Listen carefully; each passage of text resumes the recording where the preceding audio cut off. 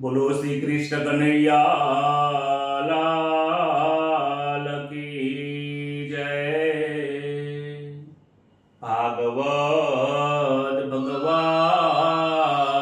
की जय। वक्रतुंड महाकाय सूर्यकोटि समाप्रभं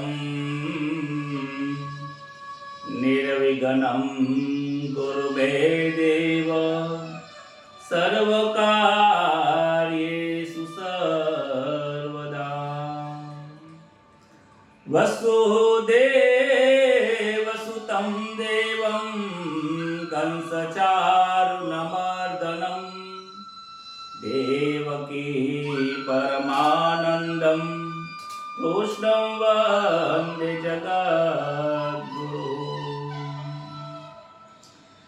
हे सच्चिदानंद रूपाय विश्वोत्पत्त्यादिहेतवे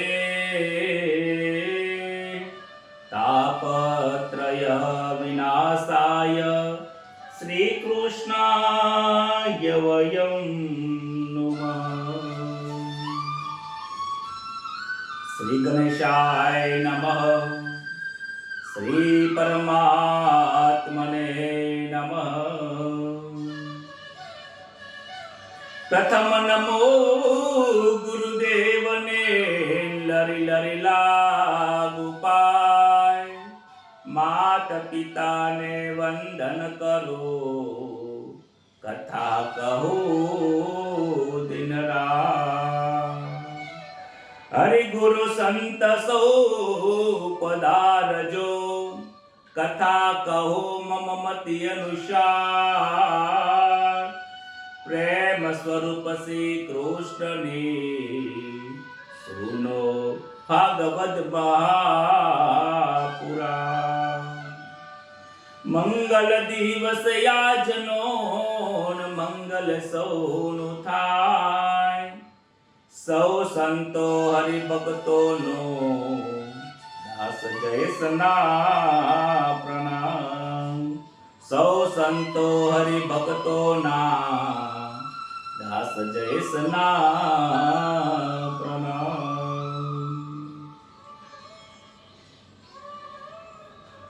परम पवित्र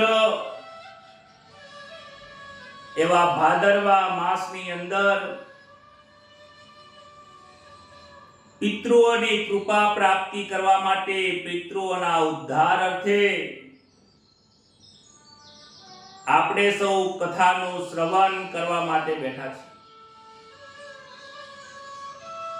ભાગવતની કથા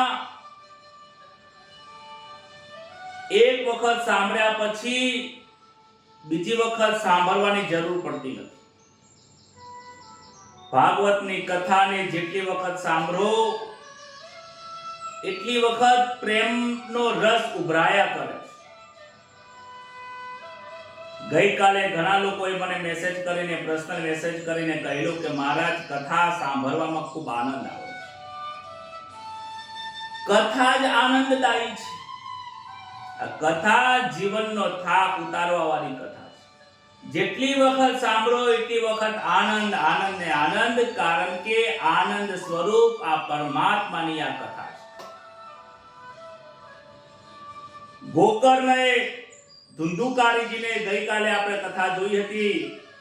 ભાગવતની કથા સંભળાવી એ પ્રેતનો મોક્ષ થયો છે। નારદજીએ પણ પોતાનો પૂર્વજન્મની કથા સંભળાવી, પ્રેમામૃતની કથા વ્યાસજીને સંભળાવી અને વ્યાસ મુનિના શંકાના સમાધાન કરી નાખે છે। જે કથાઓ આજ સુધીમાં અત્યાર સુધીમાં સાંભળી છે એ આનંદદાયક છે। ગઈકાલે જોયું હતું ભગવાનના વિયોગમાં શ્રી કૃષ્ણના સ્વધામાં ગયા પછી પાંડવોને ખૂબ દુઃખ લાગે છે કે અમારા પરમાત્મા, અમારો જેનો સહકાર હતો, જેના કારણે અમે ટકી રહ્યા હતા, એ આજે આ પૃથ્વી ઉપર નથી।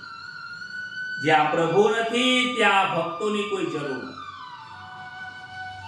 ભક્તો વિચારે છે કે પ્રભુ વિના અમે એક ક્ષણ માટે પણ રહી શકતા નથી. અર્જુન, દ્રૌપદી, પાંડવો દરેક લોકોને પરમાત્માના સ્વધાગમન ગયા પછીના ગીત સાંભળ્યા પછી પોતાને પણ સ્વર્ગારોહણની તૈયારી કરે છે. પાંડવોનું મરણ થયું નથી, પાંડવોનું પ્રયાણ થયું છે.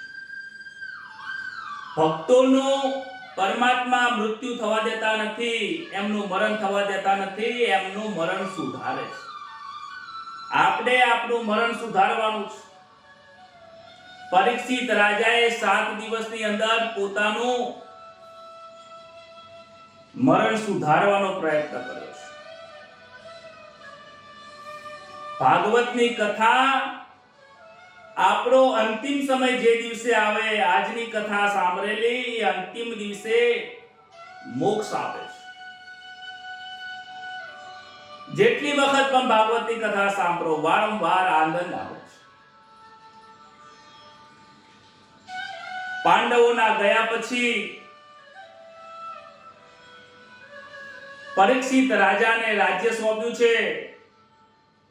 પરીક્ષિત રાજાએ અનેક યજ્ઞો કર્યા છે. ધર્મને ધ્યાનમાં રાખીને રાજ્ય ચલાવી રહ્યા છે. પરીક્ષિત રાજાએ અનેક દિગ્વિજયો કર્યા છે. એક વખત ફરતા ફરતા પ્રાચી સરસ્વતી નદીના કિનારે આવ્યા. ત્યાં તેમણે એક કૌતુક જોયું છે. એક બળદ 3 પગ ઉપર ઊભો રહ્યો છે, તેના 3 પગ કપાઈ ગયા છે. બાજુમાં એક ગાય ઊભી છે, એ સંતાપ કરી રહી છે, દુખી છે. આ કૌતુક જોઈને બહુ દુઃખ લાગે છે. બળદ એ ધર્મનું સ્વરૂપ છે, ગાય એ ધરતી માતાનું સ્વરૂપ છે. બળદના જે 4 પગ છે એ 4 પગ એ ધર્મના 4 પાયા છે. સત્ય, દયા, તપ અને પવિત્રતા આ 4 ધર્મના મુખ્ય પાયા છે. એમાંથી 3 પાયા આ કળિયુગ બેઠો એટલે કપાઈ ગયા છે. આ ધર્મ એક પાયા પર ઉભો રહ્યો છે. ધર્મ જ્યારે 3 પગ ઉપર ટક્યો હતો ત્યારે ત્રેતાયુગ હતો. જ્યારે ધર્મ 2 પગ ઉપર ટકી રહ્યો એટલે દ્વાપર યુગ આવ્યું. સતયુગમાં ધર્મ 4 પગ ઉપર હતો અને કળિયુગની અંદર 3 પગ ધર્મના કપાઈ ગયા છે. આજે સત્ય રહ્યું નથી, તપ રહ્યું નથી, પવિત્રતા રહી નથી. એક દયા અને દાન જેવું સામાન્ય સત્કર્મ રહ્યું છે. એના ઉપર આ ધર્મરૂપી બળદ એક પગ ઉપર ઉભો છે. સત્ય એ પરમાત્મા અને નારાયણનું સ્વરૂપ છે. પવિત્રતા વગર પરમાત્માની પ્રાપ્તિ થતી નથી. તપ કર્યા વગર, સહન કર્યા વગર પણ પરમાત્માની પ્રાપ્તિ થતી નથી. સત્ય, દયા, તપ ને પવિત્રતા તો એક સામાન્ય વ્યક્તિમાં, દરેક વ્યક્તિની અંદર આ હોવા જોઈએ. જે વ્યક્તિ ધર્મનું પાલન કરે છે એને આ 4 નિયમો પાળવાની બહુ જરૂર છે. દરેક વ્યક્તિ ધર્મિષ્ઠ હોય એ વ્યક્તિમાં દયા, સત્ય, તપ ને પવિત્રતા હોય છે. મહાભારતની અંદર પણ સત્યદેવની કથા આવતી હોય છે. પરીક્ષિત 3 પગ કપાઈ ગયેલા જોઈને બળદને વિચાર કરીને પૂછે છે કે તમારા આવી સ્થિતિ કોને કરી છે? પરીક્ષિત બહુ દુઃખી થઈ જાય છે.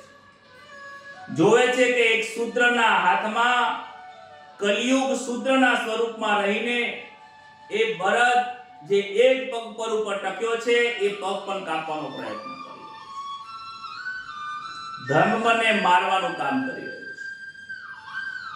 બળદ કહે છે કે હે રાજન, મને કોણ દુઃખ આપે છે શું તમે જાણતા નથી? હજુ પણ તમને સમજાતું નથી?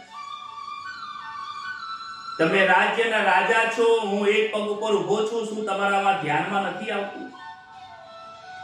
ઘણા લોકો કહે છે કે માણસ દુઃખી થાય છે પોતાના સ્વભાવના કારણે. ઘણા લોકો કહે છે કે માણસ દુઃખી થાય છે પોતાના કર્મના કારણે. ઘણા લોકો તો એવું માને છે કે સુખ દુઃખ ઈશ્વર જ આપે છે આપણને. પણ રાજા સમજી જાય છે કે આજે ધર્મ નથી એટલા માટે મનુષ્ય દુઃખી થાય છે. આજે મનુષ્યએ સત્યને છોડી દીધું, માણસ દુઃખી થાય છે. આજે મનુષ્ય પવિત્રતા છોડી દીધી એટલે માણસ દુઃખી થાય છે.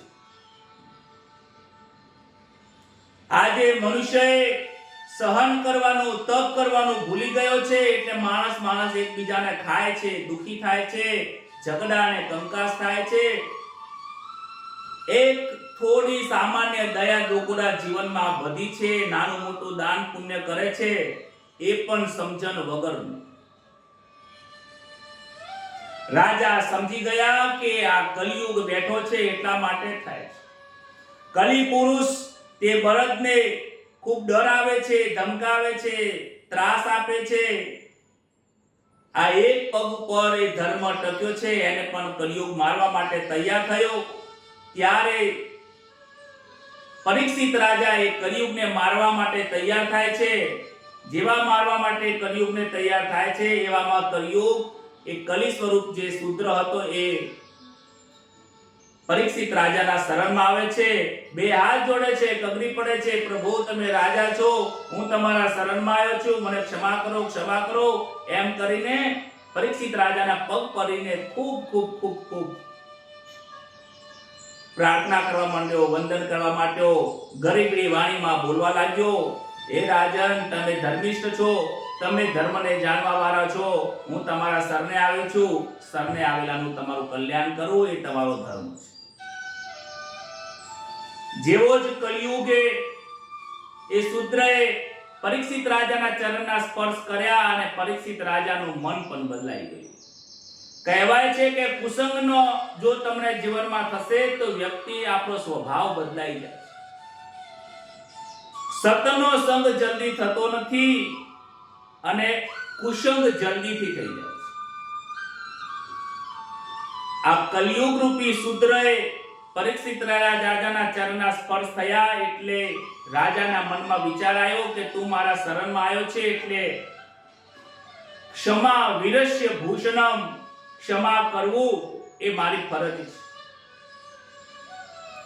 રાજા કલિયુગને ક્ષમા કરે છે, કહે છે કે તું મારો આ રાજ્ય છોડીને ગમે તે દિશામાં જતો રહે પરંતુ મારા રાજ્યમાં રહીશ નહીં.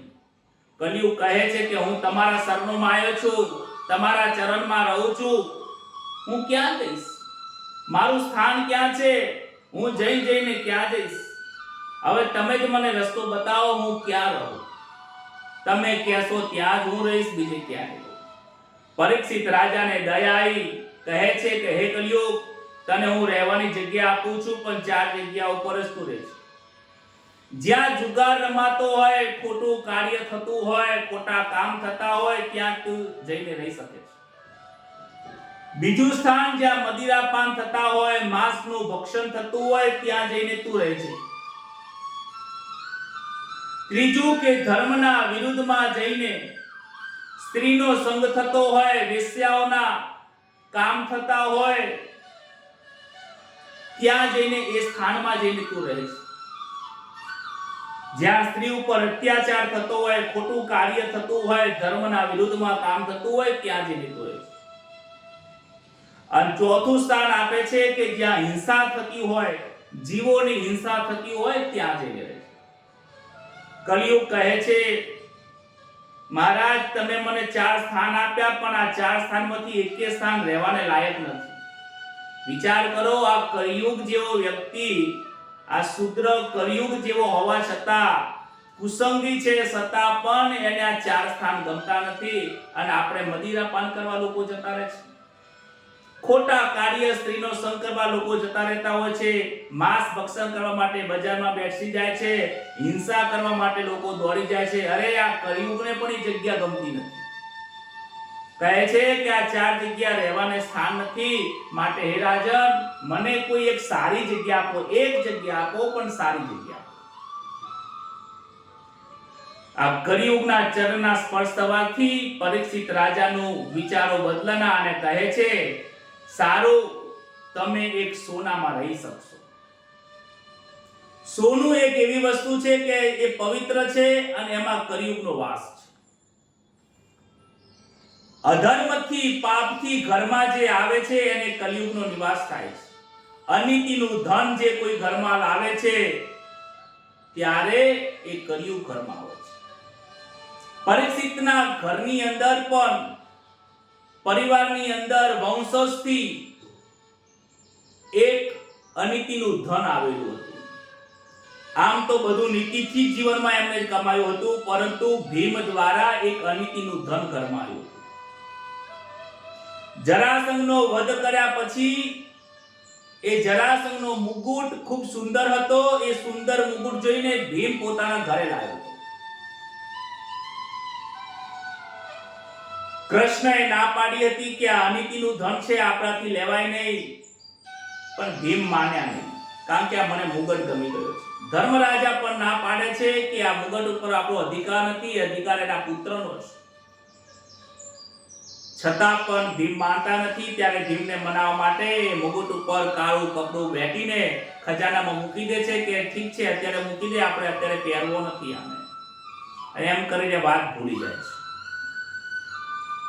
એક વખત આવું બનેલું કે અનીતિનું એ ધન લાયા, એની ત્રીજી પેઢીએ કેવી હાલત થાય છે એ આ પરીક્ષિત રાજાના જીવનની ઘટનાઓ છે.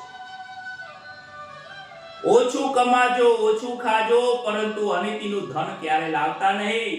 એ કદાચ તમને આજે સુખી કરશે, કદાચ તમારો બાળક સુખી થશે, ખૂબ ભેગું કર્યું હશે તો, પણ અનીતિના ધનથી ત્રીજી પેઢી નાશ પામે છે એ ચોક્કસ છે. અરે સાચો રૂપિયો હોય ને તો દૂર દૂર સુધી દુનિયાના દરેક છેડા ઉપર ચાલે, અને ખોટી નોટ જો 1000ની કે 2000ની પણ ખોટી નોટ હોય ને તો કોઈ હાથમાં પકડતો નથી, એ ક્યાંય ચાલતી નથી, ઘરનો છોકરોય પકડતો નથી. માટે જીવનમાં અનીતિથી દૂર રહેજો. ઈશ્વરની પ્રાપ્તિ કરવા માટે સત્કર્મ કરવું હોય તો એ નીતિનું ધન જોઈએ, અને અનીતિનું ધન હોય ને એનાથી સત્કર્મ થતું પણ નહીં. ઘણા લોકો એમ કે ભલે અમારા ધંધામાં થોડું જૂઠું બોલવું પડે, ખોટું કરવું પડે, ધંધામાં થોડું ભેદ હોય એટલું બરાબર છે, પરંતુ લોટમાં જેટલું નમક નખાય, આટામાં જેટલું નમક નખાય એટલું જ જોઈએ. અતિશયોક્તિ થઈ જાય ત્યારે એ વર્જય છે. ઘણા લોકો ઘણા રૂપિયા અનીતિથી કમાય, પછી 10% મંદિરમાં દાન આપી દે. એ 10% તમારા નામે લખાતા નથી, એ પાપ લખાય છે. ઉલટાનું ખોટું થાય છે કે ખોટું ધન તમે ધર્મ કાર્યમાં વાપરો છો. જો ધ્યાન રાખજો, આપણા જીવનમાં અનીતિનું ધન આવે ને નહીતર પરીક્ષિત રાજા જેવી હાલત થશે. કળિયુગ આપણા ઘરમાં પ્રવેશ કરી જશે. પરીક્ષિત રાજાને તો સુખદેવજી મહારાજ મળી ગયા હતા. આપણને સુખદેવજી મહારાજ મળવા બહુ મુશ્કેલ છે ભાઈ. બ્રહ્મજ્ઞાની સુખદેવજી મહારાજ કોણ આપણને અહીં સમજાવશે? માટે અનીતિથી બહુ દૂર રહેજો. ધર્મ રાજા જાણે છે, એક વખત વિચાર કર્યો, મારા ઘરની અંદર પટારામાં શું પડ્યું છે, મારા પિતૃઓએ શું ધન ભેગું કર્યું છે, વિચાર કર્યો. સૈનિકની સાથે એક રૂમના અંદર ગયા. રૂમની અંદર એક જૂનો પટારો હતો, કચરો રેત વરેલી હતી, સાફ સફાઈ કરાઈ. જૂનો પટારો ખોલે છે, એમાં એક કપડું કાળા કપડાથી બાંધેલો એક મુગટ હતો. કપડું ખોલે છે, સુંદર મજાનો મુગટ હતો. આ રાજાને લાગે છે કે આ સુંદર મજાનો મુગટ આવા ભંડારામાં પડ્યો છે, આ તો મારા મસ્તક ઉપર શોભે. બીજો દિવસ ઉગ્યો છે અને એ મુગટને મસ્તક ઉપર ધારણ કર્યો છે. કળિયુગ શૂદ્ર પર રાહ જોઈને બેઠો હતો, ક્યારે સોનાનો મુગટ રાજન ધારણ કરે. એ પણ અનીતિનું ધન હોય તો, નીતિનું ધન હોય તો વાંધો નથી આવતો. એ અનીતિના ધનમાં એના ઉપર એ બિરાજમાન થઈ જાય છે. મસ્તક ઉપર કળિયુગ આજે પરીક્ષિત રાજાના ઉપર બેસી ગયો છે, મુગટની ઉપર. અને આજે એમને વિચાર આવ્યો છે કે મારે વનમાં જવું છે, મૃગયા સાથે રમવું છે. પરીક્ષિત રાજાએ જીવનની અંદર ક્યારે પણ શિકાર કરવાની ઈચ્છા થઈ નથી, એમના વંશમાં પણ ક્યારેય કોઈએ શિકાર કર્યો નથી. રાજાને આજે શિકાર કરવાની ઈચ્છા થઈ, મુકટ પહેર્યો એટલે ખરાબ વિચારો આવ્યા. શિકાર કરવા જાય છે, શિકાર કરવા જતા જતા બપોરનો સમય થઈ ગયો, ભૂખ અને તરસ લાગી. આજુબાજુમાં નજર નાખ્યા પણ ક્યાંય તલાવ કે નદી ક્યાંય જોવા ન મળી, કૂવો જોવા ન મળ્યો, પાણી હતું નહીં જોડે. બાજુમાં એક સમીક ઋષિનો આશ્રમ હતો, એ આશ્રમમાં ગયા છે. બપોરના સમય ઉપર ઋષિઓ સંધ્યા પૂજા કરતા હોય છે. ત્રિકાળ સંધ્યાના સમયે બપોરે 12 વાગે બ્રાહ્મણો સંધ્યા કરતા હોય છે. સમીક ઋષિ આંખો બંધ કરીને પરમાત્માનું ધ્યાન કરવા બેઠેલા છે. અને આ રાજન ત્યાં આવે છે, ઋષિને કહે છે કે મહારાજ ભૂખ લાગી છે, ભોજન આપો, ભૂખ લાગી છે, પાણી પીલાવો. ઋષિ મંત્ર ઉચ્ચારણ કરવામાં, ધ્યાન કરવામાં, પરમાત્મામાં લીન હતા. રાજાનો અવાજ સાંભળી ના શક્યા. રાજાને લાગ્યું કે આ તો પાખંડી છે. એક રાજા, જે રાજાના રજવાડામાં આ ઋષિ રહે છે, જેનું લાલન પાલન હું કરું છું, મારા વડે એમનો આશ્રમ ચાલે છે, ને આજે મને પાણી પીવા માટે રાજા એમના ત્યાં આવ્યા છે, પાણી પીલાવતા નથી. અરે પાણી તો સુર એક સ્વાગત કરવા માટે ઊભા થતા નથી. આવું પોતાનું અપમાન જોઈને અભિમાનમાં આવીને આશ્રમની બહાર પડેલો એક મરેલો નાગ હતો, એ સમીક ઋષિના ગળામાં નાખી દે છે. યાદ કરજો, જ્યારે કુસંગ થશે, આ નાગ સમીક ઋષિના ગળામાં નથી નાખ્યો, આ નાગ એને પોતાના ગળામાં નાખ્યો છે. વિચાર કરો, આપણે કોઈનું ખોટું કાર્ય કરીએ છીએ તો એ ખોટું સામેવાળાનું થતું નથી, ખોટું આપણું થાય છે. આપણે કોઈને ગાળ બોલીએ છીએ તો એ ગાળ બીજાને નથી લાગતી, આપણને લાગે છે. આપણે બીજાને દુખી કરવા માટે પ્રયત્ન કરીએ તો યાદ રાખજો, એ સામેવાળા દુખી નહીં થાય, દુખી આપણે થવાના છે. પરીક્ષિત રાજાએ ગળામાં નાગ બ્રાહ્મણના સમીક ઋષિના ગળામાં નાખ્યો, પરંતુ એ નાગ કરડે છે. પરીક્ષિત રાજાને નાગ અવરો પડે છે. બ્રાહ્મણના ગળામાં સર્પ પહેરાવી દીધો. રોજ બ્રાહ્મણ વેદની પૂજા કરનાર આજે એ બ્રાહ્મણનું અપમાન કર્યું છે. બ્રાહ્મણોને દાન દક્ષિણા આપનાર આજે એમને બ્રાહ્મણનું અપમાન કર્યું છે. જે બીજાને છેતરનારો વ્યક્તિ, યાદ રાખજો, એ પોતાને છેતરે છે. સમીક ઋષિના ગળામાં નાગ જોઈને એમનો પુત્રને જ્યારે સમાચાર મળે છે ત્યારે દુખી થાય છે. રાજા તો પોતાના ઘરે નીકળી જાય છે, રાજ્યમાં જતો રહ્યો, પરંતુ શૃંગી ઋષિને જ્યારે આની જાણ થઈ, સમીક ઋષિનો પુત્ર શૃંગી છે, એ શૃંગી ઋષિને ખબર પડી કે મારા પિતાજીનું અપમાન થયું, ત્યારે હાથમાં ગંગાજળ લઈને ક્રોધમાં આવેશમાં આવીને રાજાને શ્રાપ આપે છે કે આજથી 7મા દિવસે તક્ષક નાગ કરીને પરીક્ષિત રાજાનું મૃત્યુ થશે. સમીક ઋષિને જ્યારે ખબર પડી ત્યારે કહે છે કે બેટા, તે આ બહુ ખોટું કર્યું છે. રાજન છે, રાજા તો આપણા પરમાત્મા જેવું સ્વરૂપ કહેવાય, એમનાથી એક સામાન્ય ભૂલ થઈ ગઈ, તે આટલો મોટો શ્રાપ આપી દીધો, એ યોગ્ય નથી. પરીક્ષિત રાજા રાજ્યમાં જાય છે, જેવો મુગટ મસ્તક ઉપરથી ઉતારે છે, તરત જ એમને ખબર પડે છે કે અરે મેં આ શું કર્યું, હું મૃગિયા રમવા જતો રહ્યો, મેં ખોટું કામ કર્યું છે, મેં બહુ મોટું પાપ કર્યું છે, મારા વંશની અંદર કોઈ આવું કામ કર્યું નથી. બ્રાહ્મણો આદર અને સત્કાર કરવા વાળો મારો વંશજ, આજે મેં મારા હાથથી બ્રાહ્મણનું અપમાન કર્યું. ધિક્કાર છે પરીક્ષિત તને, ધિક્કાર છે પરીક્ષિત તને આ જન્મની ઉપર કે તે બ્રાહ્મણનું અપમાન કર્યું. એટલામાં પરીક્ષિત રાજાને સમીક ઋષિના એક શિષ્ય આવીને કહે છે કે ભૂલમાંથી ગુસ્સામાં આવીને સમીક ઋષિના પુત્ર શૃંગી ઋષિએ તમને શ્રાપ આપ્યો છે કે આજથી 7મા દિવસે આવીને તમને તક્ષક નાગ કરડી જશે. પરીક્ષિત રાજા કહે છે કે તમે સમીક ઋષિને જઈને મારા તરફથી માફી માંગજો, શૃંગી ઋષિની જોડે પણ તમે માફી માંગજો કે કારણ કે મેં બહુ મોટો અપરાધ કર્યો છે અને મને એમને જે શ્રાપ આપ્યો છે એને હું સ્વીકાર કરું છું. કારણ કે મેં ખોટું કામ કર્યું છે, ખોટા કામનું ફળ મને મળવું જોઈએ. આ તો બહુ ઓછું ફળ મળ્યું છે. કેજો કે મને હજી પણ વધારે દુઃખ આપે, કારણ કે હું આમને લાયક નથી.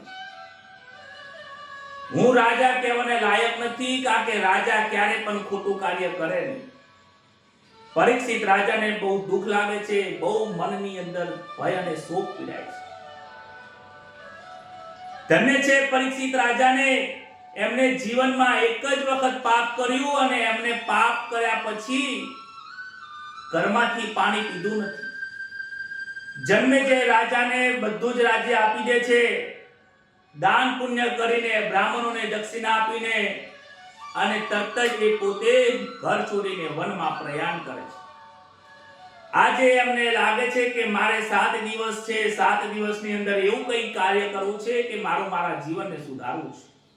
પરીક્ષિત રાજા દોડતા દોડતા ગંગાના કિનારે આવ્યા છે, ગંગામાં સ્નાન કર્યું, દર્ભના આસન ઉપર બેઠા છે, અન્નનો અને જળનો ત્યાગ કર્યો છે. પરીક્ષિત રાજાને જ્યારે ખબર પડી છે કે જ્યારે મેં ખોટું કામ કર્યું છે, પાપ કર્યું છે, એના પછી જળ પીધું નથી.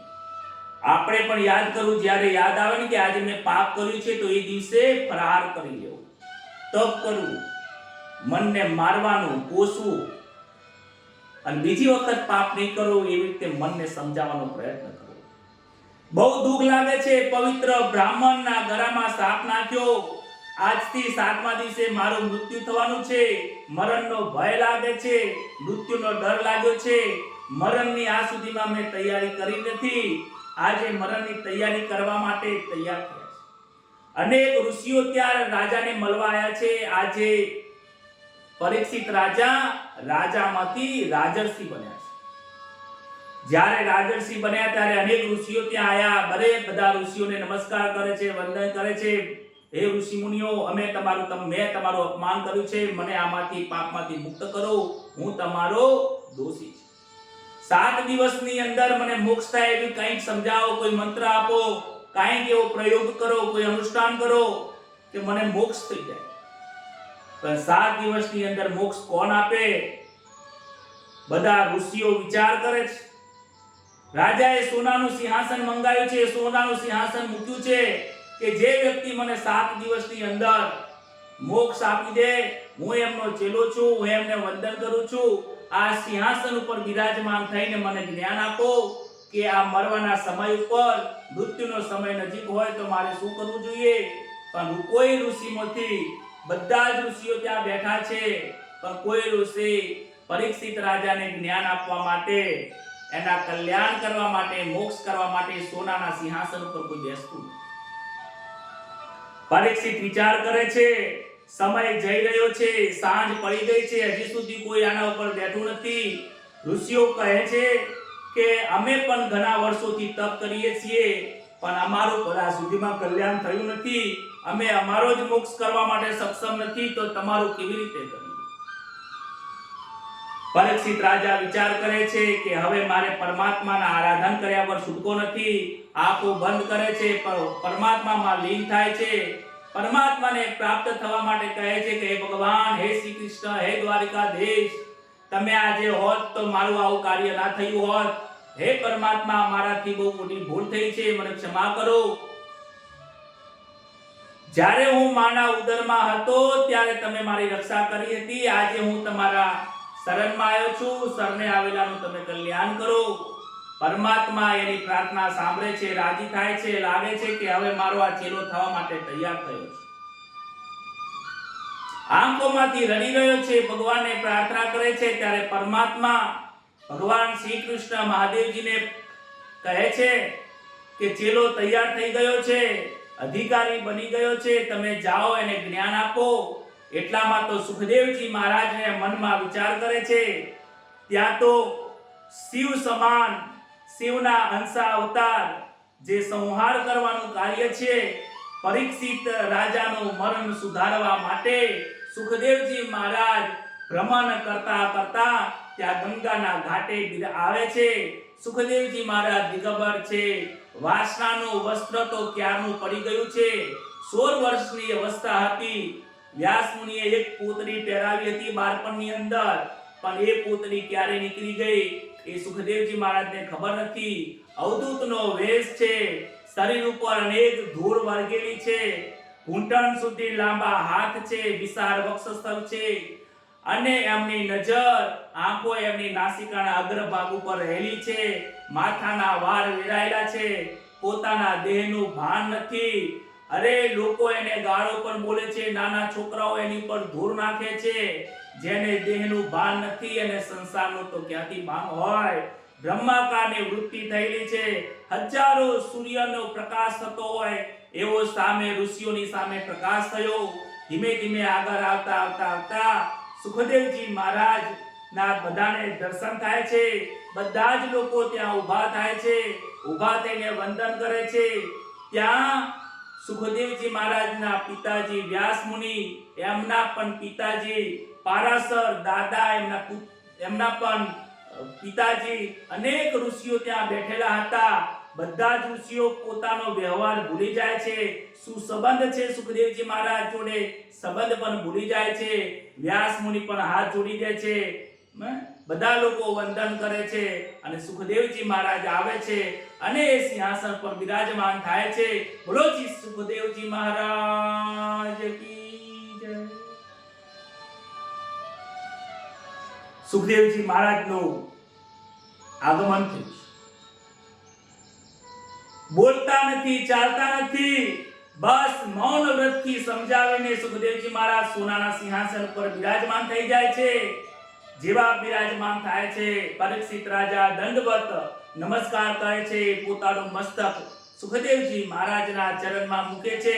આંખોની અશ્રુધારા વીતતી જાય છે, રડવા લાગે છે. બાળક જાણે કે રડતો હોય, કાંઈક વસ્તુની માંગણી કરવા માટે બાળક રડતો હોય. પરીક્ષિત રાજા રડે છે, મહારાજ હું અનેક જન્મનો પાપી છું, અનેક પાપો કર્યા છે, બ્રાહ્મણોનો મેં દોષી બન્યો છું, હું તમારો દોષી છું.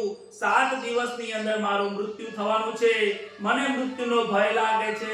હે મહારાજ મને બચાવો, બચાવો, મને કાંઈ દેખાતું નથી. હવે તમે જ મારા તારણહાર છો એમ કહીને હું આજે તમારી શરણાગતિ સ્વીકારું છું. 7 દિવસની અંદર મારો મોક્ષ થાય એવું તમે કાંઈ કરો, હું તમારા શરણમાં આવું છું. એમ કરીને વંદન કરીને નમસ્કાર કરીને ઢળી પડે છે. સુખદેવજી મહારાજને લાગે છે કે હવે આ મારો ચેલો બનવાને લાયક છે. સુખદેવજી મહારાજ પોતાનો જમણો હાથ પરીક્ષિત રાજાના મસ્તક ઉપર વરદ હસ્ત મૂકે છે. હાથ મૂક્યા પછી એમને ઊભા કરે છે. પરીક્ષિત, હે રાજન તમે ઊભા થાઓ, દુખી થશો નહીં. મંત્રની દીક્ષા આપતા કહે છે, જ્યારે શિષ્ય અધિકારી હોય ને ત્યારે સદગુરુ મહારાજ એને અપનાવે છે. આજે તો શિષ્યો બનાવવાની લાયો લાગી છે. સાચા સંતો બહુ શિષ્યોને પરીક્ષા કર્યા પછી એને દીક્ષા આપતા હોય છે. કારણ કે શિષ્ય જો યોગ્ય ના નીકળે તો એ ગુરુ મહારાજને એનું કર્મ ભોગવવું પડે છે. આજે આ જીવાત્મા પરીક્ષિત રાજા યોગ્ય બન્યા છે, અધિકારી જીવ બન્યા છે, ત્યારે સુખદેવજી મહારાજ એના ઉપર મસ્તક ઉપર હાથ મૂકીને એને શિષ્ય તરીકે સ્વીકાર કરે છે. સુખદેવજી મહારાજ કહે છે કે હે રાજન ઊભા થાઓ, રડશો નહીં, કેમ ગભરાઓ છો? 7 દિવસ બાકી છે, શું કામ ચિંતા કરો છો? ગભરાશો નહીં, ચિંતા કરશો નહીં. જે થઈ ગયું એ થઈ ગયું. ભૂતકાળને યાદ કરશો નહીં. ભૂતકાળને યાદ કરશો તો હે પરીક્ષિત રાજા તમે દુખી થશો, કારણ કે મનુષ્યનો ભૂતકાળ એ ખોટા કર્મનો કરેલો છે. ભવિષ્યમાં કોઈએ જોયું નથી, ભવિષ્ય કોઈ ઓળખી શકતું નથી, ભવિષ્યમાં કોઈ જોઈ શકતું નથી, ભવિષ્યમાં કોઈ રહી શકતું નથી. માટે ભવિષ્યના તમે ચિંતા કરશો નહીં. તમારો આજનો વર્તમાન શું છે એને સુધારવાનો પ્રયત્ન કરો. હે પરીક્ષિત રાજા હે રાજન, તમે આજનો દિવસ સુધારો, આવતીકાલ કોને ખબર છે? અને તમારે તે 7 દિવસ સુધી મૃત્યુ થવાનું નથી, એ ફિક્સ છે. હે રાજન, અહીંયા જેટલા ઋષિઓ બેઠા છે એમને તો 1 મિનિટ પછી શું થવાનું એ ખબર નથી. આપણને તો 1 મિનિટ પછી શું થવાનું છે એ ખબર નથી. હે રાજન, તાને તો સારું કહેવાય કે 7 દિવસનો સમય મળ્યો છે. તું ગભરાઈશ નહીં, શાંત થઈ જા, મનને શાંત કરી દે. હવે તારે કોઈ ચિંતા કરવાની જરૂર નથી. હું તને વિશ્વાસ આપું છું કે 7 દિવસની અંદર હું તારો મોક્ષ કરી દઈશ. એમાં કોઈ શંકાને સ્થાન રાખવાની જરૂર નથી. બસ તું મારા શરણે આવ્યો છે, હું તને કહું એ પ્રમાણે કર. હું શ્રીમદ ભાગવત મહાપુરાણની કથા તને સંભળાઈશ. એક ચિત્તથી, મનથી આ કથાને સાંભળજે, જીવનમાં ઉતારજે અને સત્ય, સનાતન સત્ય માનીને ચાલજે. તને 7 દિવસની અંદર મોક્ષ કરાવીશ. 7 દિવસ તો તને વધારે આપી દીધા છે. અરે રાજન, એક ખટવાંગ કરીને રાજા હતો, તારી પાસે તો 7 દિવસ છે. ખટવાંગ રાજાની પાસે તો 2 ઘડીનો સમય હતો. દેવોની માટે એ દાનવોની સામે જઈને લડે છે ખટવાંગ રાજા, અને 2 કલાકનો સમય હોય છે. ઇન્દ્રને કહે છે કે તમે મને નીચે મૂકવાઓ, 2 કલાકનો મારી પાસે મૃત્યુનો સમય છે. પૃથ્વી ઉપર ખટવાંગ રાજા આવે છે, દેવોને જીત અપાવીને પૃથ્વી ઉપર આવે છે. 2 કલાકની અંદર પોતાનું સર્વસ્વ રાજ્ય પોતાના પુત્રને આપીને વનમાં જઈને આંખો બંધ કરીને ધર્મના આસન ઉપર બેસીને મનને સ્થિર લગાવી દીધું, પરમાત્માની અંદર મન લગાવી દીધું, અને એ ખટવાંગ રાજા 2 ઘડીની અંદર પરમાત્માને પ્રાપ્ત થાય છે. પરમાત્માના દર્શન કરીને વૈકુંઠમાં જાય છે. અરે રાજન, તને તો 7 દિવસ મળ્યા છે. તું ભાગ્યશાળી છે કે 7 દિવસ સુધી તો કોઈ કાળ તને મારવા વાળો નથી. હે રાજન, તું ચિંતા કરીશ નહીં, ગભરાઈશ નહીં. તું તારા જીવનને સુધારવાનો પ્રયત્ન કર. આ જીવનને સુધારવાનો પ્રયત્ન કરતો નથી. તારા જીવનની અંદર તને મરણનો ડર લાગો એ મહત્વની વસ્તુ છે. તને મોક્ષને ઈચ્છા થવી એ જ બહુ મહત્વની વસ્તુ છે. સારા વિચારો આજે આ કોઈ જગતમાં કોઈને આવતા નથી. સુવિચારના આવવા એ જ પરમાત્માનું પહેલું પગથિયું છે. હે રાજન, તું નારાયણનું નામનું જપ કર, પરમાત્માના દર્શન કરવાના વિચારો કર. પરમાત્માના દર્શન કરવાના વિચારો આવશે તો જ તું ત્યાં પહોંચી શકીશ. આ જગતની અંદર ગુરુ મળવા બહુ સુલભ છે, પરંતુ સદગુરુ મળવા બહુ દુર્લભ છે. અધિકારી શિષ્ય સદગુરુ અવશ્ય મળે છે. શિષ્ય જો અધિકારી થાય તો એને સાચા સદગુરુ ચોક્કસ મળે છે. લોકો કહે છે સાચા સદગુરુ મળવા ક્યાં? સાચા સદગુરુ ક્યાં ગોતવા જવું? અરે સાચા સદગુરુને શોધવાની જરૂર નથી, સાચા શિષ્ય થવાની જરૂર છે. આજે તું સદ શિષ્ય બન્યો છે ત્યારે તને સાચા સદગુરુ પરમાત્માએ મોકલ્યા છે. તું સાચા સદગુરુ ગોતવા માટે દોડ્યો છે જ નહીં, તને સદગુરુ સામેથી મળ્યા છે. માટે આપણે આ જીવાત્માને આમાંથી શીખવાનું છે. ગુરુની શોધમાં ફરશો નહીં, સદગુરુના શોધમાં ફરશો નહીં. સદ શિષ્ય બનવાનો પ્રયત્ન કરો, લાયક અધિકારી શિષ્ય બનવાનો પ્રયત્ન કર. ચોક્કસથી તને સાચા સદગુરુ તને ઘરે બેઠા મળી જશે. અખા મહારાજ ખૂબ રખડ્યા છે, પરંતુ કોઈ સારા ગુરુઓ નથી મળ્યા, અને જ્યારે મળ્યા ત્યારે એમને ઘર બેઠા સાચા સદગુરુ મળ્યા છે.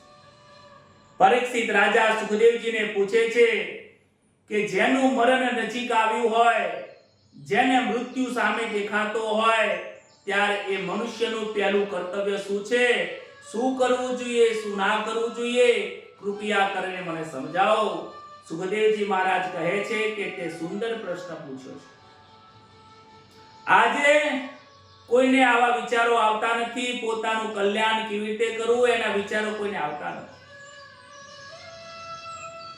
લોકોને એવો વિચાર આવે છે કે પૈસા કેવી રીતે કમાવું, ઘર કેવી રીતે બાંધવું, લોકોમાં સન્માન અને પ્રતિષ્ઠા કેવી રીતે મેળવવું એનો વિચાર આવે છે. હું સુંદર કેવી રીતે દેખાઉં એનો વિચાર આવે છે, પણ સુંદર સ્વરૂપ પરમાત્માને કેવી રીતે પ્રાપ્ત કરું એનો વિચાર આવતો નથી. બોલો રાધે રાધે. સાચી વાત છે ને? આ સુંદર સ્વરૂપ પરમાત્માને મળવાની કોઈને જિજ્ઞાસા થતી નથી, અને આ શરીરને સુંદર કેવી રીતે રાખવું એના માટે અથાગ પ્રયત્નો કરે છે, રૂપિયાનું પાણી કરી દે છે. ઘણા લોકો એવું વિચારે છે કે ઘરડા થઈશું, સમય થશે ને ત્યારે ભગવાનનું ભજન કરીશું. આજે તો ભક્તિ આપણે કરવાનો સમય નથી, અત્યારે તો કમાવાનો સમય છે કહીએ છીએ ને. એક ભાઈ એવું સાંભળેલું હતું, એક ભાઈ હતા, એમને એવું સાંભળ્યું કે સમુદ્રમાં સ્નાન કરવાથી દરેક નદીઓમાં, તીર્થોમાં સ્નાન કરવાનું ફળ મળે. સમુદ્રમાં સ્નાન કરીએ ને એટલે દરેક નદીઓનું સ્નાન કરવાનું ફળ મળે. આવું એક વ્યક્તિએ સાંભળ્યું. સમુદ્રના કિનારે ગયો અને ત્યાં બેઠો. સવારથી સાંજ પડી, 2 દિવસ થયા, 3 દિવસ થયા, ત્યાં બેસી રહ્યો, પણ સ્નાન ના કર્યું. ત્યારે કોઈ એક સાધુ આયા અને કહ્યું, ભાઈ કેમ બેસી રહ્યો છે, સ્નાન કેમ નથી કરતો? કહે છે કે આ સમુદ્રના તરંગો બહુ ભારી છે. એ તરંગો જ્યારે શાંત થશે ત્યારે હું અંદર સ્નાન કરવા જઈશ. હું રાહ જોઈને બેઠો છું કે આ સમુદ્રના તરંગો જ્યારે શાંત થાય ત્યારે નવું, નહીતર આ તરંગો મને અંદર ખેંચી લઈ જશે. વિચાર કરો, આપણી આના જેવી હાલત છે. સમુદ્રના તરંગો ક્યારે બંધ થવાના નથી. એવી જ રીતે આપણા મનની અંદર રહેલી વાસનાઓ, પૈસા કમાવાની વાસના હોય, પ્રતિષ્ઠા કમાવાની વાસના હોય, આપણી ઈચ્છા રૂપી જે વાસનાઓ છે એ તરંગો ક્યારે મટવાના નથી. આપણને એમ લાગે છે કે છોકરાઓ પૈણ્યા પછી, ધંધે લગાવ્યા પછી વાસનાઓ જતી રહેશે. એમ વાસનાઓ આ જીવાત્માને મર્યા પછી સાથ છોડતો નથી. એટલે તો આ શ્રીફળ ઉપર બેસાડવા પડ્યા છે.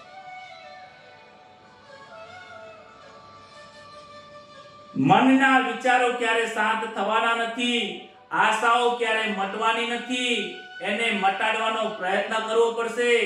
ભાગવતની કથાઓ સાંભળીને આશાઓને મારવી પડશે, તૃષ્ણાઓને મારવી પડશે, મનને શાંત કરવું પડશે. સમુદ્રમાં તો તરંગો આયા જ કરવાના, એમાં સ્નાન કરવા ત્યારે જવું જ પડશે. તરંગો શાંત થશે પછી તું જઈશ એવો વિચાર કરીશ તો કાર્ય નહીં થાય. ગીતાજીમાં ભગવાને લખ્યું છે, અંતકાલે ચ મામેવમ સ્મરત મુક્ત્યા ચ કૌરવ. મૃત્યુના સમયે જે વ્યક્તિ મને યાદ કરે છે એ મને પ્રાપ્ત થાય છે.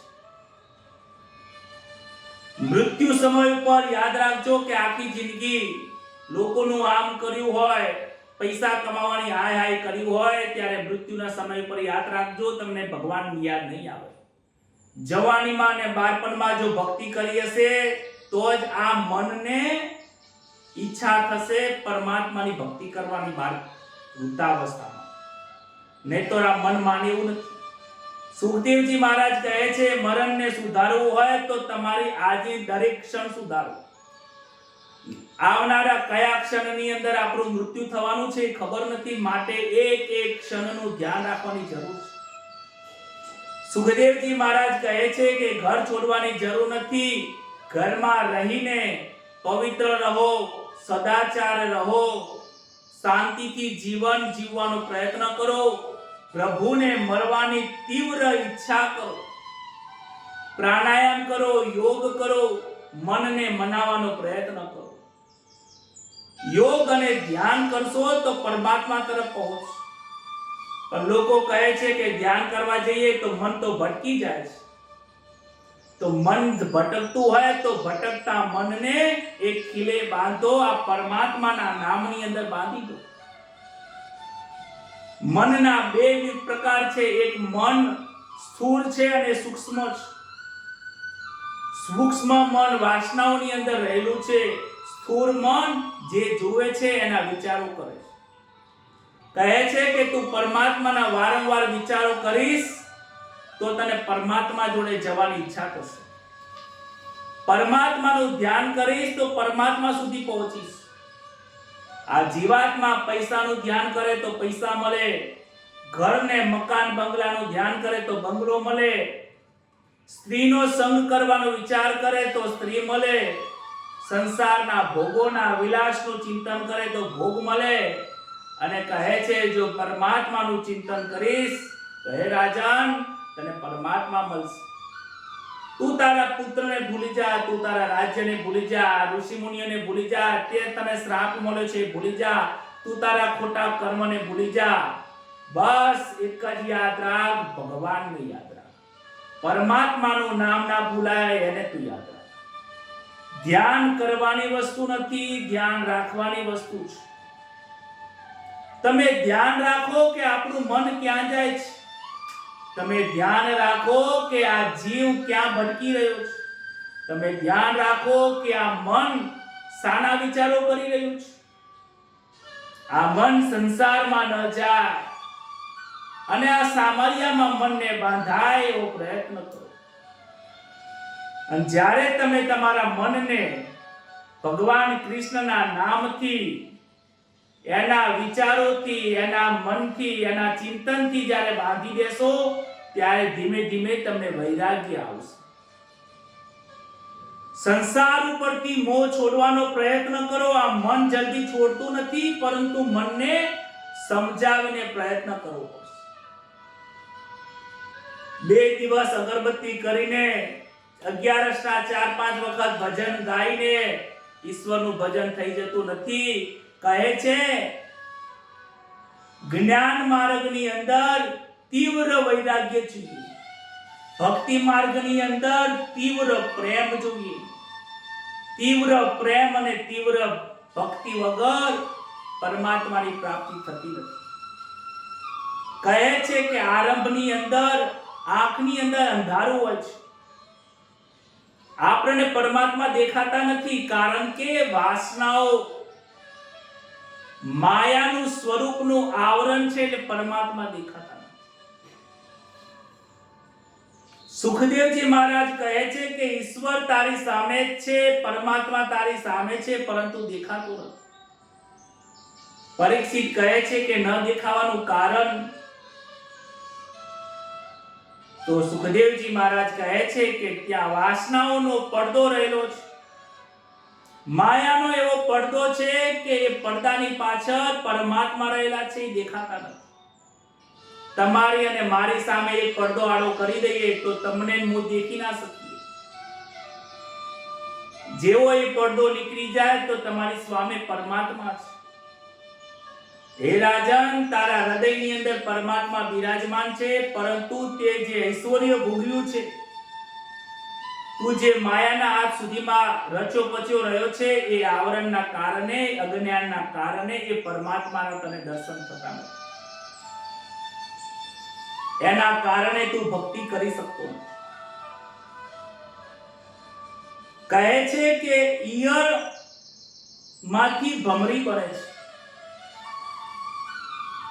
ભમરી ઈયળને ઠનુક માર માર કરે છે કે હે ઈયળ, તું ઈયળ નથી, ભમરી છે. અને ઈયળના મનની અંદર વારંવાર એ ભમરીના ઠનક મારી માર ખાઈને એ ઈયળમાંથી પોતાના મનની અંદર વિચાર કરે છે કે હું ભમરી છું, એટલે ઈયળમાંથી ભમરી બની જાય છે. એને કૈવલ્ય મુક્તિ કહે છે. બહુ સમજવા જેવી વસ્તુ છે. આપણે આ જીવને, આ મનને સમજાવવું પડશે કે હે મન, તું જયેશ નથી, તું બ્રાહ્મણ નથી, તું એન્જિનિયર નથી, તું ડોક્ટર નથી. આ પદવીનો આપણને અહંકાર છે. આ વસ્તુ આપણે માનીને બેઠા છીએ. એ પરીક્ષિત, તને લાગે છે તું રાજા છે. એ પરીક્ષિત, તને એમ લાગે છે કે તું જન્મજયનો પિતા છે. એ પરીક્ષિત, તને એમ લાગે છે કે તું મહાન પાપી છે.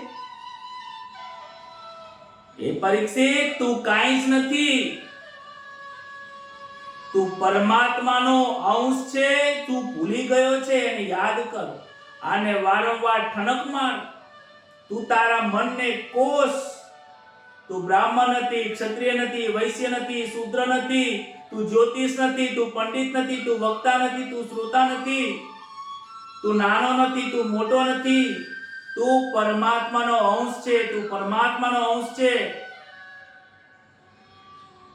આવું આપણે આપણા મનને વારંવાર કોશીશું, ત્યારે જ મન ધીમે ધીમે સુધારવાનો પ્રયત્ન કરશે.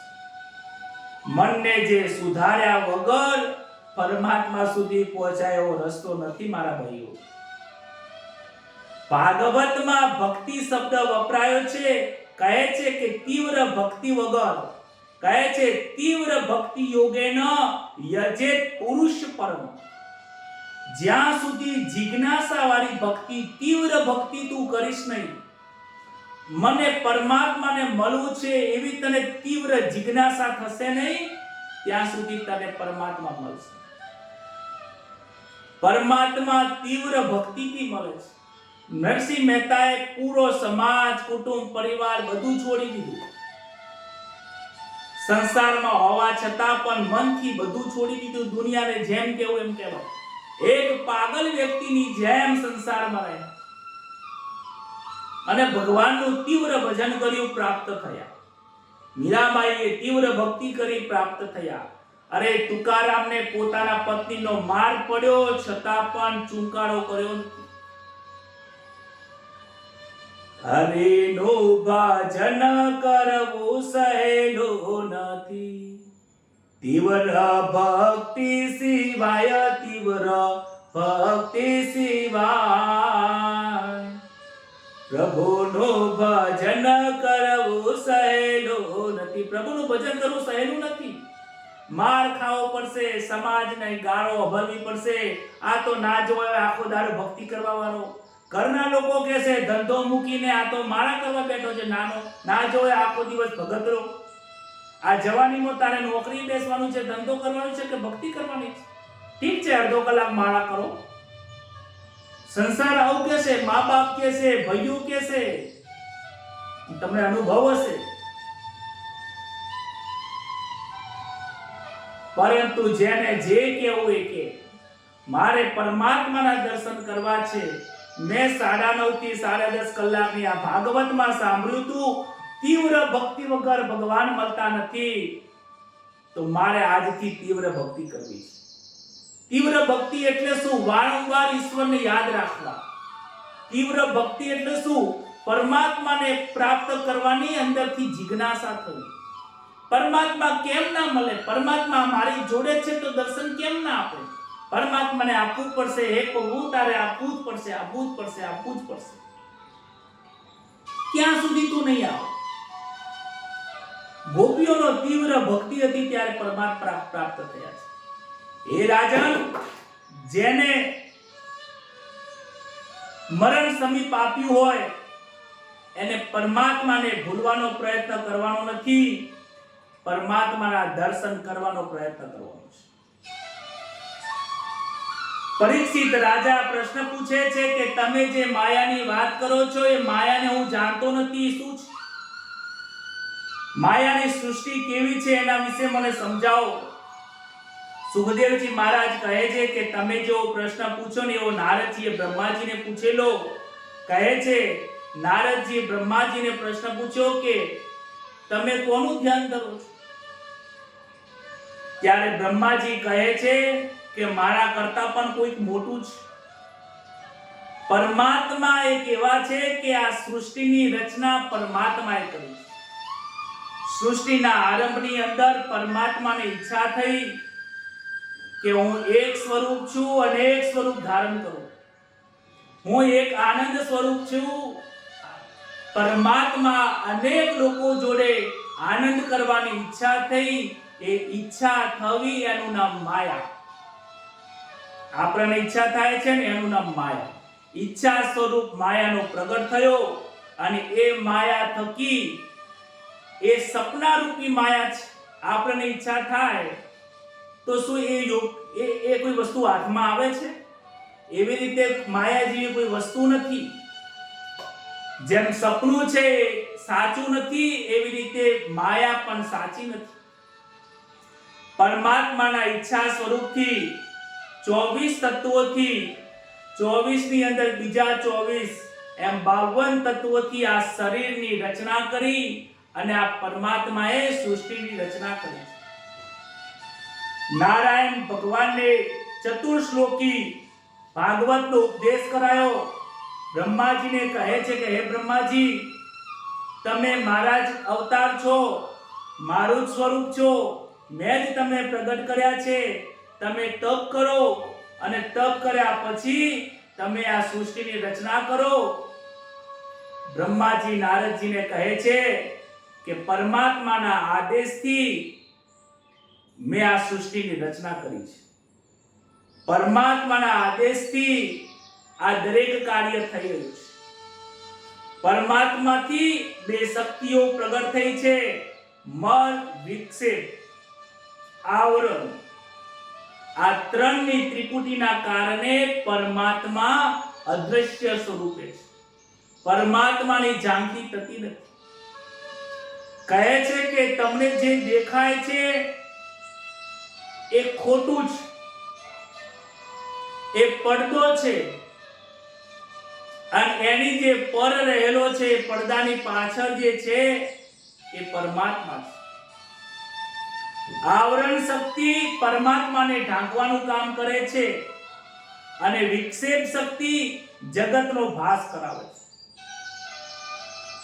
કહે છે સુખદેવજી મહારાજ કહે છે કે તને જે આ ઋષિઓ દેખાય છે, આ સંસાર દેખાય, જગત દેખાય છે, એ ખોટું છે. તું તારી જાતે પરિસ્થિત માને છે એ પણ ખોટું છે. તું મને સુખદેવજી માને છે એ પણ ખોટું છે. આ તારી જે દ્રષ્ટિ છે, આ મનુષ્ય છે, આ સ્ત્રી છે, પુરુષ છે, બ્રાહ્મણ છે, એ બધું જ ખોટું છે. આંખેથી દેખાય એ ખોટું. આ આંખોથી જે દેખાય છે, આ કાનથી જે તને સંભળાય છે, હાથથી તું જેને સ્પર્શ કરે છે એ તને ભાસ થાય છે. સનાતન સત્યમાં જોવા જઈએ, વેદાંતમાં જોવા જઈએ, એ બધું જ ખોટું છે. એ તને સપનાની અંદર તને જે જ્ઞાન થાય છે, સપનામાં તને દેખાય છે કે મેં બંગલો બાંધ્યો, મેં લગ્ન કરી દીધા, મેં સંસાર બનાવી દીધો. સપનાનું જેવું સુખ છે એવું આ ઉઘડતી આંખે આ સપનું છે. માયા એ અંધકાર જેવી વસ્તુ છે. અંધારામાં જેમ એક દોરડી હોય તમને સાપ જેવું દેખાય છે, અને એક અજવાળું કરીએ તો એક દોરડી દેખાય છે. તો સાપ ક્યાં ગયો?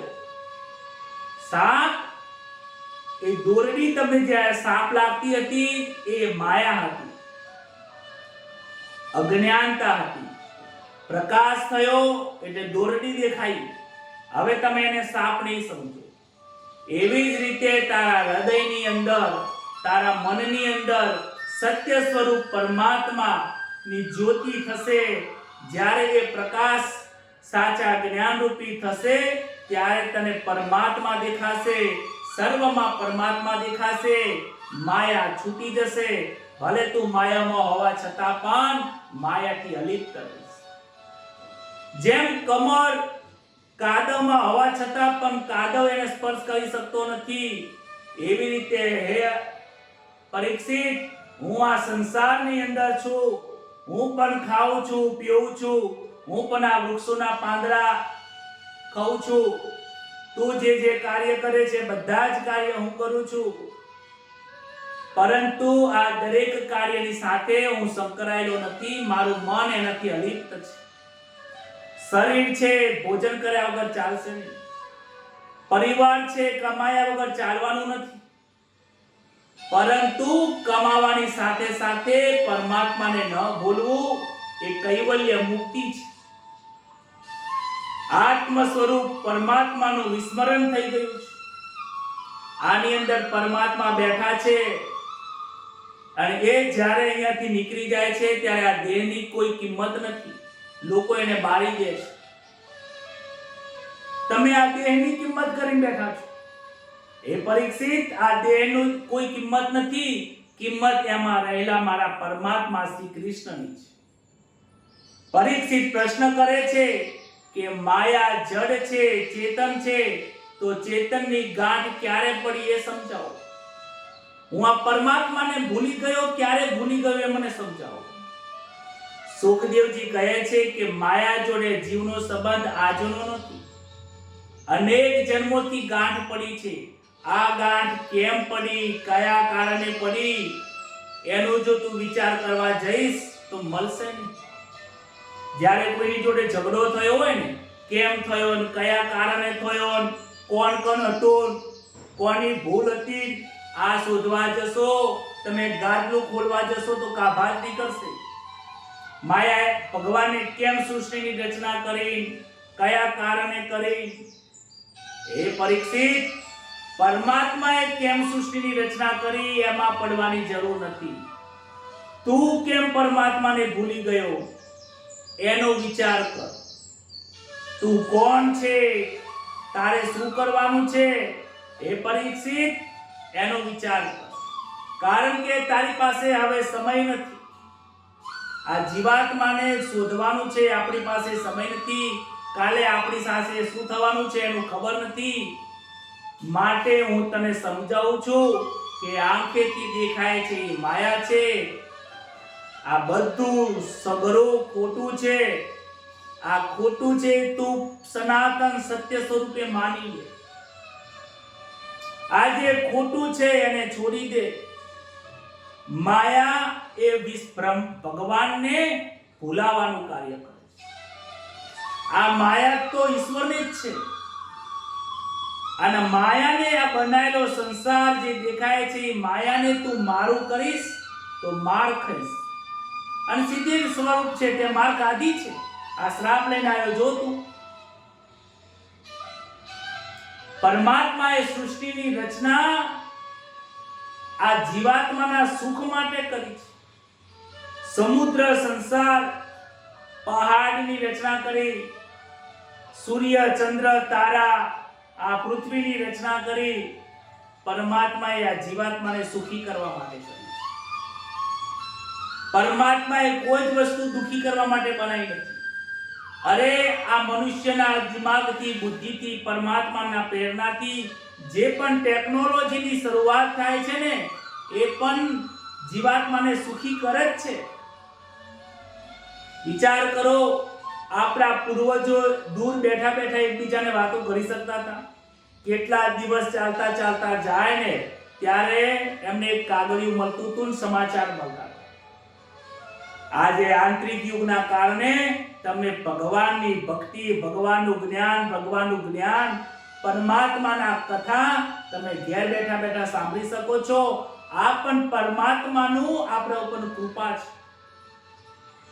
આ ટેકનોલોજીની નો ઉપયોગ કરીને જ આપણે પરમાત્માનું નામ લઈ શકીએ છીએ.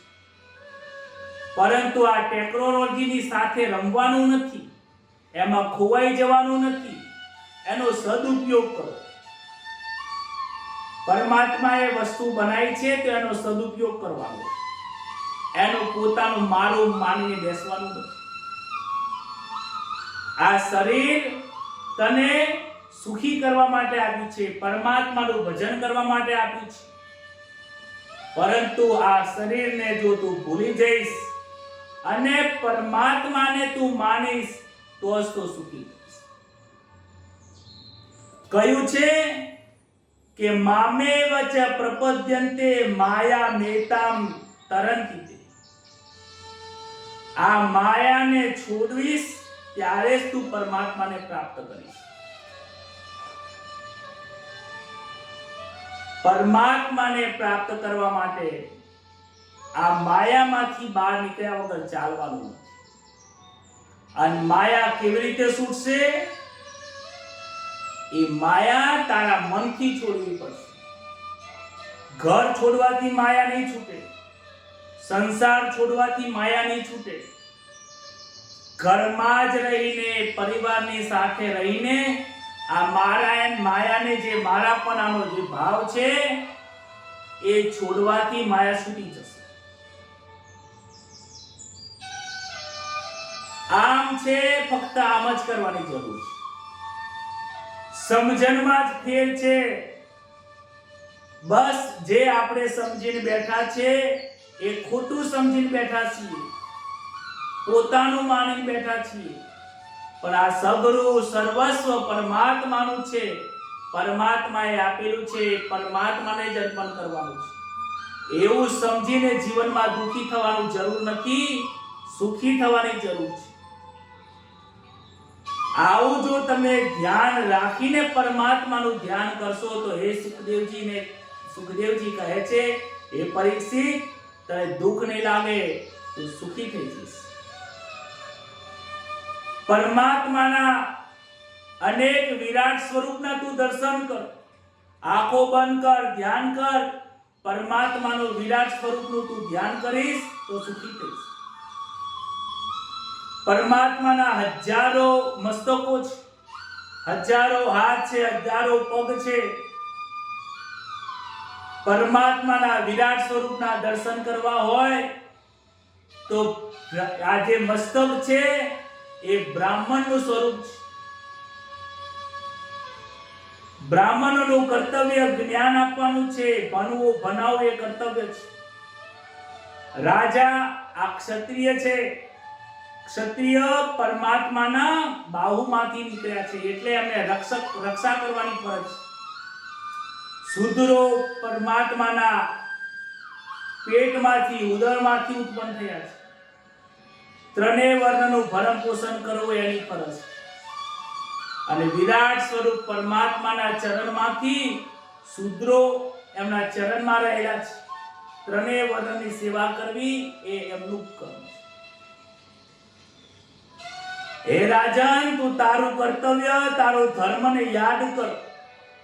તારી ફરજ શું છે? પિતા તરીકે પિતાની ફરજ નિભાવે, પુત્ર તરીકે પુત્રની ફરજ નિભાવે, એક બ્રાહ્મણનું કર્તવ્ય નિભાવે, ક્ષત્રિય ક્ષત્રિયનું કર્મ નિભાવે. ગીતાજીમાં ભગવાને કહ્યું છે કે હે અર્જુન, તું તારા ધર્મને યાદ કર. તારો ક્ષત્રિય ધર્મ છે. આ મામા, ફઈ, ફુવા, કાકા, મામા, આને તું યાદ ના કરીશ. આ સંબંધો ખોટા છે.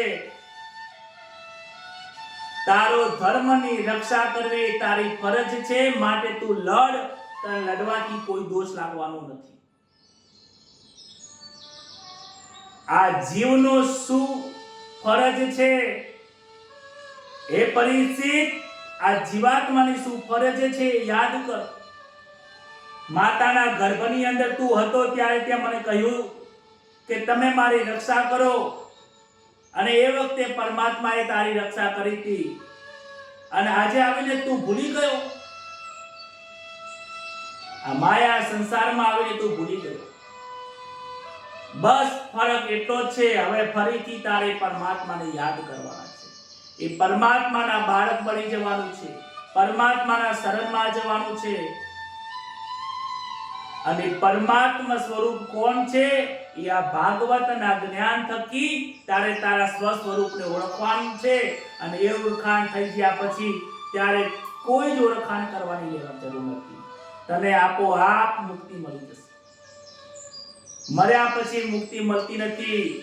મર્યા પછી તો નરક મળે છે કે સ્વર્ગ મળે છે એ તો એ લોકો જ જાણે. કોણ કહેવાયું છે હું સ્વર્ગમાં છું કે નરકમાં છું? પરંતુ અહીંયા આપણે બેસીને જીવન મુક્ત થવાનું જરૂર છે. હે રાજન, હે પરીક્ષિત, તારે જીવતા મોક્ષ લેવાનું છે. તને જે આજે વિચાર આવ્યો એ બહુ સુંદર વિચાર આવ્યો. આવો વિચાર દરેક લોકોને આવતો નથી. આગળની આ કથા ખૂબ સુંદર મજાની કથા. આજની કથાને આપણે અહીંયા અલ્પ વિરામ આપીએ છીએ. આવતીકાલે ફરીથી ભાગવતની કથાને પ્રગટ કરીશું, આનંદ કરીશું. આજની કથામાં માયા, વિરાટ સ્વરૂપ, ધ્યાન યોગ અને પોતાના સ્વ સ્વરૂપની ઓળખાણ, આના વિશે સુખદેવજી મહારાજે ખૂબ જ્ઞાન આપ્યું છે. એક એક વસ્તુ જો હું તમને કથામાં કહું તો 21 દિવસ એક માયા ઉપર નીકળી જાય. ભાગવતની મહાપુરાણ ની અંદર એટલું બધું જ્ઞાન આપેલું છે, એટલું બધું જ્ઞાન છે કે એને જો એક શબ્દ, એક શ્લોક ભાગવતનો પણ જો આપણા જીવનમાં ઉતરી જાય, એક વાક્ય, અરે 21 દિવસની કથા છોડો, એક દિવસની કથાની અંદર એક અંશ જો આ જીવાત્મા પોતાના જીવનમાં ધારી લે અને એને પકડીને જો જીવનમાં ચાલે તો આજે જ એનો મોક્ષ થઈ જાય, જેમાં કોઈ શંકા નથી. આજની કથાને સુખદેવજી મહારાજના ચરણમાં અર્પણ કરીએ છીએ. પરમાત્માના ચરણમાં મૂકીને આવતીકાલે ફરીથી પ્રગટ કરીશું. ત્યાં સુધી પ્રભુનું નામ લઈએ. હરે રામ રામ રામ સીતારામ રામ રામ સીતારામ રામ રામ રાધે શ્યામ શ્યામ સીતારામ રામ રામ રાધે શ્યામ શ્યામ હરે રામ રામ રામ સીતારામ રામ રામ હરે રામ રામ રામ સીતારામ રામ. શ્રી રામચંદ્ર ભગવાન કી જય. કૃષ્ણ કનૈયા લાલ કી જય. ભાગવત ભગવાન કી જય. નમઃ પાર્વતી પતે. હર હર મહાદેવ. સૌને રાધે રાધે, જય શ્રી કૃષ્ણ. કથા સાંભળવામાં તમને આનંદ આવતો હશે. ઘણા લોકોનો મને પર્સનલ મેસેજ આવ્યો, ફોન આવ્યો. એક બે લોકોએ તો ફોન ઉપર વાતો કરતા કરતા રડી પડ્યા કે મહારાજ કથા સાંભળતા બહુ આનંદ આવે છે. પ્રભુના પ્રત્યેનો વિયોગ થવો, પરમાત્માના યાદ કરતા કરતા આંખમાંથી અશ્રુની ધારા વહી જવી,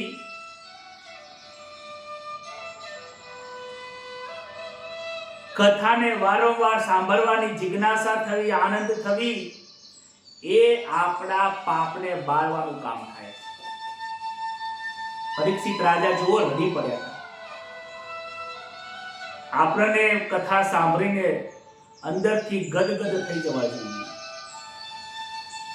પરમાત્માની ઝાંખી ચોક્કસ તમને થશે. તમારા વિચારો, તમને આ કથા સાંભળીને કેવું લાગે છે, આ કથાના કોમેન્ટમાં તો જરૂર લખજો, ગ્રુપમાં પણ લખજો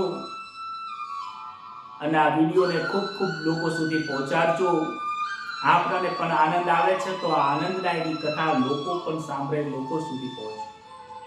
ચેનલને સબસ્ક્રાઇબ કરી રાખજો. કદાચ સંજોગો વસાત નેટના કારણે કથા વચમાં બંધ ન થઈ જાય, કારણ કે ટેકનોલોજી છે, બીજાના ઉપર નિર્ભર રહીએ છીએ આપણે. એટલે ચેનલને સબસ્ક્રાઇબ કરી રાખજો. ક્યારેક લિંક ન આવે તો ડાયરેક્ટ પણ તમે 9:30 આપણી આ કથા સાંભળી શકાય એવી છે. સૌને જય શ્રી કૃષ્ણ. શુભરાત્રી. આપ સૌનું ભગવાન કલ્યાણ કરે એવી શુભકામના. રાધે રાધે.